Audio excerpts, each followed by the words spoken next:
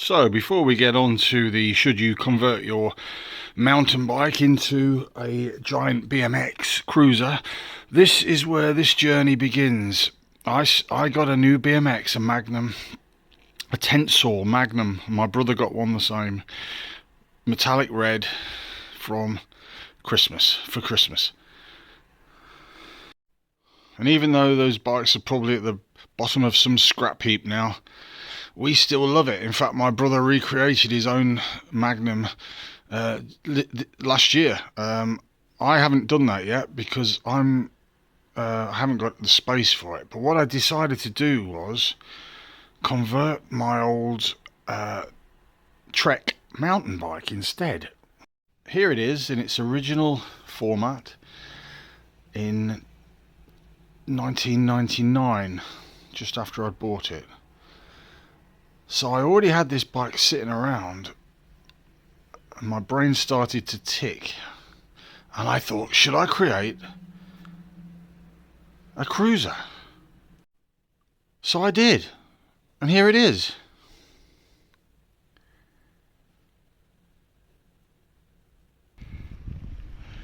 Well, I've just come from home.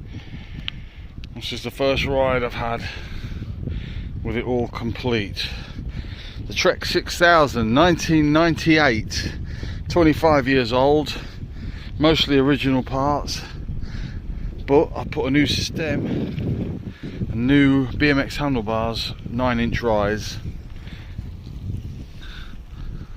and changed the tyres to Billy Bonkers road tyres.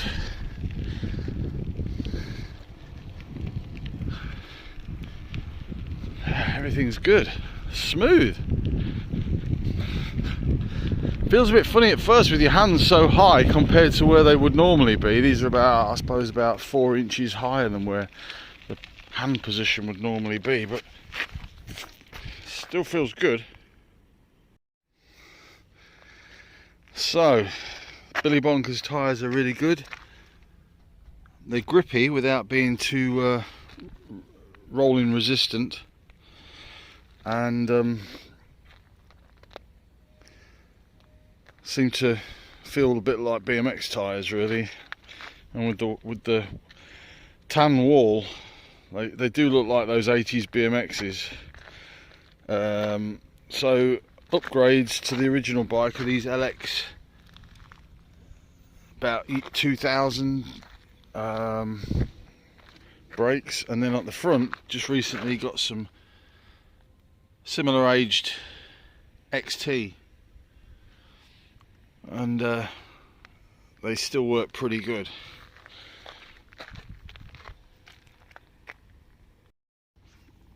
Well, now we're up on Plymouth Hoe, as you can see. That's a lovely big smooth bit of tarmac where you can try things out, see if it fits. The gears are shifting smooth, brakes are working. The XT brake is very good. I might have to get some new brake blocks for that, but they do work good.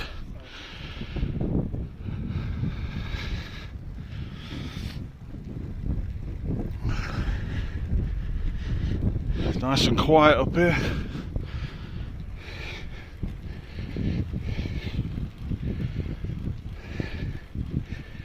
Listen, it's almost silent when it runs. It's weird. There's no crunching of bearings, the tyres are smooth, the gears don't make any noise, the cassette doesn't click, suspension takes out the little bumps here and there, so it just feels like you're kind of riding on a carpet of air.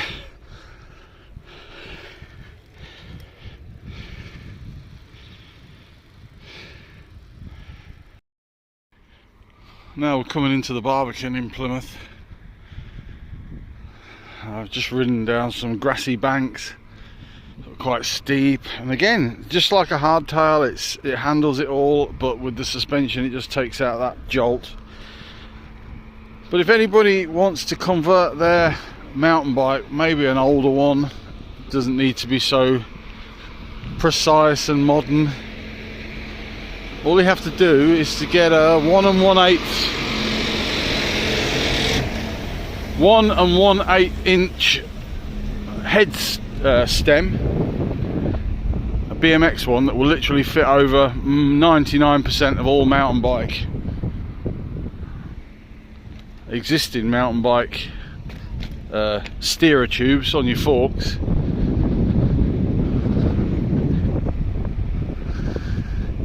Then the stem, which will be a 22 millimeters clamp diameter. You can fit pretty much 99.9% of all BMX handlebars to that stem. So you're mixing kind of mountain bike and BMXing bits together. But like I say, as long as the clamp on your stem is 1 1/8, which is, like I say, most forks, that will allow you to put a different stem on that's got the 22 millimeters clamp size.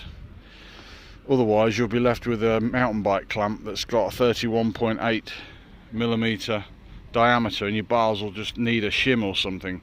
But I would just recommend getting a new stem. They're only 10 or 15 pounds. Then you can put any BMX bars on it and you turn your whole bike into basically a big cruiser BMX style bike, which are a lot more fun. Right, we're just cycling up past the aquarium here, but there's an opportunity to see me videoing, but been able to see my reflection, to see how proportionally, what does it look like. And to be fair, 5'9.5" I am, it does look just like you're on a big BMX. Because it's a 26-inch mountain bike, the wheels are 26 inches. They do look a lot smaller now than the new 27.5s or the 29-inch wheels. And when you put the skinnier tyres on them, makes them look a bit smaller too. So it does give the impression of a big mountain BMX rather than a mountain bike. And with the retro touches, it makes it look even more so. But I would definitely recommend anybody who's thinking about maybe doing up an old bike, just to try the riser handlebars on a BMX stem. Keep everything else.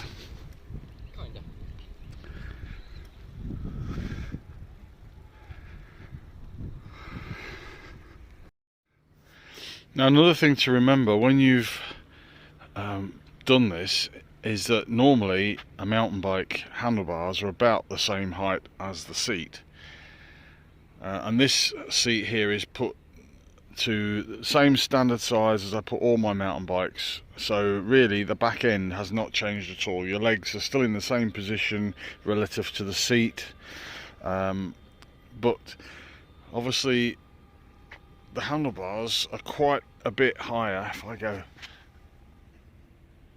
quite a bit higher, 4 or 5 inches higher to the tip here. So if you imagine my handlebars being about here normally, just above the stem, maybe rising up to about here, I'd be leaning forward another 4 or 5 inches to try and reach those bar ends, especially if they're wide ones which splay your arms out. So these are pretty wide bars, as you can see, about the same width as my mountain bike handlebars. Just literally risen them with this bit of metal here, really. The rest of it, if you can squash that down, would be as they were as a mountain bike. But with that extra height, you really don't have to lean forward, and a lot of your weight comes to the saddle down, you know, as you would do sitting upright. So you do need to just remember to make sure it's not a really teeny weeny hard plastic saddle. You need something with a bit of sponge to it, or else your body weight will be pressing down on there and it can be quite painful if you're riding for any length of time. So a reasonably squishy saddle, but not silly, just normal, will be fine to just adapt to that upright position. Another thing, just to let you know, is that if you get forks like I've got the Marzocchi MZ Comp forks, which has got 5 inches of rise. That will also raise the front of the bike up and give you more of a sloping top tube, as a normal BMX kind of would be. So that's why perhaps that looks more BMXy. If I was to have chosen a fork with only 2-3 inches of travel, that would have obviously dropped everything down, and the top tube would have been slightly different angled, and the bars would be slightly lower as well. So you can adjust it depending on what size you are. So for me, that kind of works. I could probably take a fork that was 1 inch lower, or 2 maybe, and it was, with the adjustment of the handlebars, I'd still be in that very upright position. So it's up to you how much bounce you want in your forks, but it works with 5 inches like that, and I probably would work with a rigid fork as well if you wanted to go that far, to make it look even more like a BMX. But I like the plushness of the fork, so I think I'll just stick to that combo. Right, I've made it around to Catdown in Plymouth now, looking over at Mountbatten. But another tip, if you're thinking of converting your old mountain bike with 26-inch wheels into a cruiser BMX, is that when you raise the height of this handlebar by say 4 or 5 inches compared to where your normal mountain bike handlebars were, the cables, all of them, will need to reach further. So you do have to get a kit of all the cables, 2 gears, 2 brakes, inners and outers, with these plastic end caps that come with it as well to hold it in the mounts.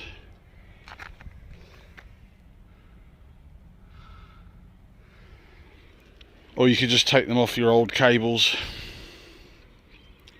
So you literally need to replace all of the cables, but that's no bad thing, because a lot of the old mountain bikes will probably need a cable change.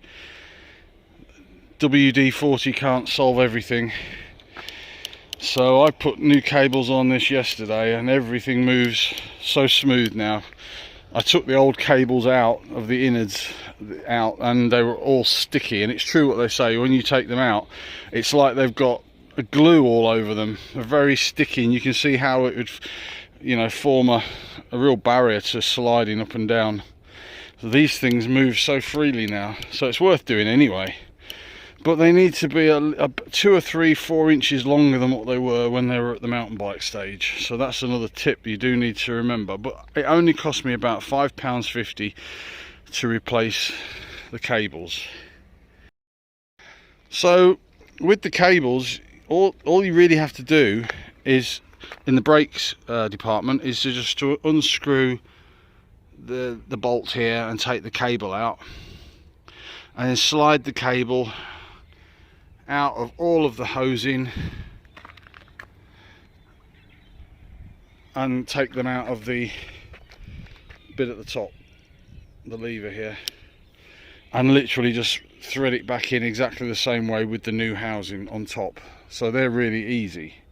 The gears, you'll know as soon as you cut the gear cable somewhere here, so that that will fall off, and then you'll pull the gear cable right back out through all this scaffolding that holds it in place and back up to here. But effectively it works exactly the same as the brakes. There's the nipple at the top, which is held in place by a small mechanism, just the same as the brake nipple is held in place with that mechanism. You just slide the new cable in through the housing of the gear shifter, down the new cable, through all the usual housings, and whether it's back or front, you just follow the old cable down to where it connects, clamp it up, and then you can take the slack out of it by using the barrel adjusters, so that when you actually pull the lever here, the cable moves up and down through the housing and yanks on the derailleur to make it change up, and it will spring back down. But it's the changing up that you need the tension for. But it sounds complicated, but honestly, just do one at a time. Start with the brakes. Say do the front brake first, because that's the easiest. Build up your confidence. Do the rear brake, which is a little bit more complicated. Just follow it around where it goes. Then maybe do the one gear at a time. So just cut the gear cable, pull it through, get the new housing measured to size, cut it off, slide the new cable through it, back down, clamp it up, and just then work on the tension with the barrel adjusters, and then you've got a new cable. I always give the cable housing, before I refitted all this lot, I held it up and sprayed WD-40 down it, just to give it a nice sort of slippery surface to go down. And then I just at the tip I put in some of the dry chain lube, so the sort of lube that doesn't get sticky again when you leave it for a while. It doesn't collect dust and goo and get all sticky, so hopefully that'll keep it from going too rusty in there as well. Now the last thing really to say is that I could have done this even more up to date and BMX style if I'd wanted to, by changing the 3x7 setup into a 1x8 or something like that, so you don't have to have 3 rings on the front. So I would basically keep the outer chain mechanism here, chain wheel, bolt that back through the crank and leave that there, or buy a specific number of teeth ring. You can just buy single rings like this and just bolt them on to the existing arm, crank arm, and then I could have had one cog at the front and adapted the derailleur to maybe be a different amount of gears to allow for that bigger granny ring, so that you can get up steep hills. So if I was to just change that to 1 here but leave that as it was, I wouldn't have the gear ratios to get anywhere up any steep hills. If you're happy just to cruise around on the flat, you don't need to change that. You could just change that, the front end. But I like to have 20 odd gears just in case, because Plymouth is very hilly. So I particularly left this one because I do like the Sugino crank that's on here. It looks retro and I want it to sort of feel retro. I don't want it to look retro overall but then have this kind of brand new looking 1x something drivetrain, because I might even have had to have changed the shifter down here, the derailleur as well, to compensate for the different distances that the chain would have to move up and down a bigger cassette at the back. You can't just keep the same derailleur. You have to put a derailleur that suits the amount of cogs you've got at the back, because this derailleur only reaches to say maybe there, and if I was to put a couple more big cogs at the back, it wouldn't reach. No matter how you pulled on the lever, it wouldn't go far enough that way to reach those 2 cogs, so you would have to get a derailleur that would. So sometimes you have to change a lot of this. So I thought for the sake of all that, just saving a couple of rings on the front weight wise, but you make up for it by putting 2 more rings at the back anyway, so weight wise don't worry about it. I just wanted the actual look of this retro crank and the STX derailleur, so I've left it. But for you out there that want to do stuff like that, you could make it even more BMXy by doing a 1x say 8 or 9 swap over. Top tips.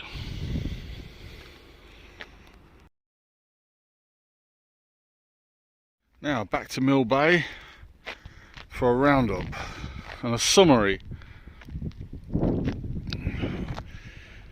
Weight increases or gains, I think there's not much overall in it, because the tyres probably weigh a little bit less than a much more knobbly tyre with more rubber involved, unless you get really expensive ones, of course. But for the average person, I think the tyres probably weigh a little bit less than those. The bars, these weigh about a pound, which obviously to weight weenies who have got carbon handlebars like I have, that I've on my other bikes, these are going to be making the front end a lot heavier than you normally are used to.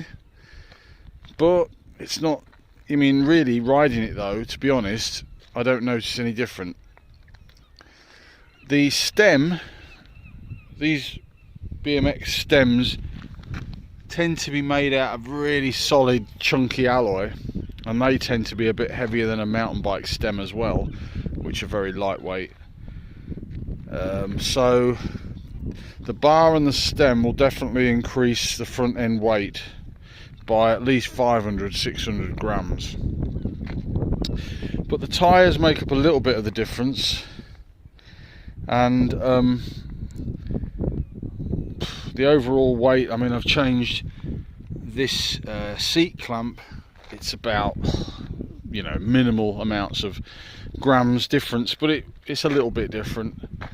And if you've got some really old rubbish brakes on there, some old cable disc brakes even that are rubbish and don't work very well anyway, or some really old naff heavy low quality V brakes, these slightly might improve weight, but really overall I don't think there's a huge amount of difference. Now, handling, I know people are going to say, well, if you put handlebars like that on, surely that's going to affect the handling. It does affect the handling. You know, you're much higher, your body weight is backwards more, you feel more lighter at the front end because you're not leaning down onto the front end, so that probably makes up the difference with the weight increase on the bars and the stem. But you actually ride back a little ways, which makes the front end actually feel like it's gliding over everything. So in some ways, in a strange turnabout, it actually kind of makes it feel like it's lighter at the front end. But the bars are still lower than your shoulders, obviously. So when you're on a normal size mountain bike where the seat and the handlebars are about the same level, your body weight is leaning over the front section more. With this being higher, it doesn't matter, because your shoulder is still a lot lower. You know, your blood, you're not like on a big chopper bike where your arms are in the air. You're still pointing downwards, so the blood flows normally. But the handling is, I'd say, much more fun and definitely controllable, especially going downhill. It's really good when you get the wide enough. Don't get the really tiny narrow BMX bars, where retro BMX bars that used to be kind of probably another 3 inches shorter either side, so they were very upright bars. I wouldn't get those, because that would make it very narrow and upright at the same time, and it'd feel like you're driving something with a, you know, with a cotton reel at the top of it. I would stick to modern or wider retro handlebars, so that you get that kind of, the shoulders playing a part in the steering, so you're not just twiddling it around with your fingers, it's actually whole body movements, and that's what makes it more fun. You're not steering it as such like you would with a modern mountain bike with your arms. You're just leaning into it with a nice swooping shoulder controlled turn, and it will turn pretty nippy. It doesn't make it feel really slow or anything. It actually is quite a good feel to it, and in fact that's what makes the whole thing a lot more fun than a regular mountain bike for cruising purposes. So, summary: would I do this again? Yes. Is it good to ride? Yes. Is it comfortable to ride? Yes. Is the handling good? Yes. Is it cheap? Yes. So overall, I would definitely, if you have a nice old school 26-inch wheel mountain bike that's seen better days and just needs a revamp, and you just want something different to hang in your shed so you can pick and choose what type of bike to go out on that day, and it's not some serious ride, you know, you can still do miles on this, you know, no problem. 30-40 miles you would very comfortable.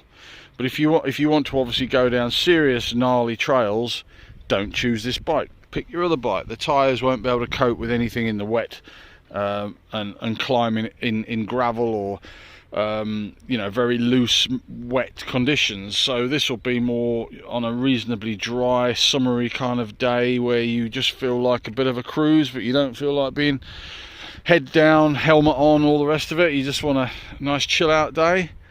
This is the perfect bike, and I can't wait to actually go on a longer day. So summary overall, should you do it?